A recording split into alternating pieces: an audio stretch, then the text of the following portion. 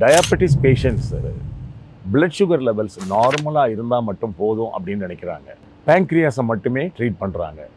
ஆனால் acupuncture விஞ்ஞானத்தில் pancreas மட்டும் இல்லாமல் கேல் பிளாடர், லிவர், ஸ்ப்ளீன் போன்ற உறுப்புகளும் சர்க்கரை நோய்க்கு மிக முக்கியமான காரணம் அப்படின்னு சொல்லுவாங்க. சர்க்கரை அளவுகள் நார்மலாக இருந்தாலுமே அந்த பேஷண்ட்ஸுக்கு ஏற்படக்கூடிய பாத எரிச்சல், உறக்கத்தில் அடிக்கடி யூரின் போகிற தொல்லை, ஏதேனும் அடிபட்டால் அது சீக்கிரம் குணமாகாத நிலை எல்லாமே ஏற்படுது. என்னுடைய ஒரு 30 ஆண்டுகால மருத்துவ அனுபவத்தில் ஏறக்குறைய பல நூற்றுக்கணக்கான பேஷண்ட்ஸுக்கு நிவாரணம் கொடுத்த ஒரு பாயிண்ட் வந்து ஸ்ப்ளீன் 16. இந்த பாயிண்ட்ல நாம சிகிச்சை கொடுக்கும்போது டயபெட்டிஸ் கேன் பி ரிவர்சிபிள்.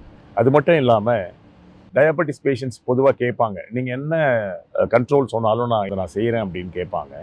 காலை 9 மணிலேருந்து 11 மணி வரைக்கும் நீங்கள் ஃபாஸ்டிங் இருக்கிறது டயாபெட்டிஸ் வராதவங்களுக்கு அதை ப்ரிவெண்ட் பண்ணோம். டயாபெட்டிஸால் பாதிக்கப்பட்டவங்களுக்கு அந்த நோயை கட்டுக்குள் வச்சுக்கும். So don't eat between 9 AM to 11 AM.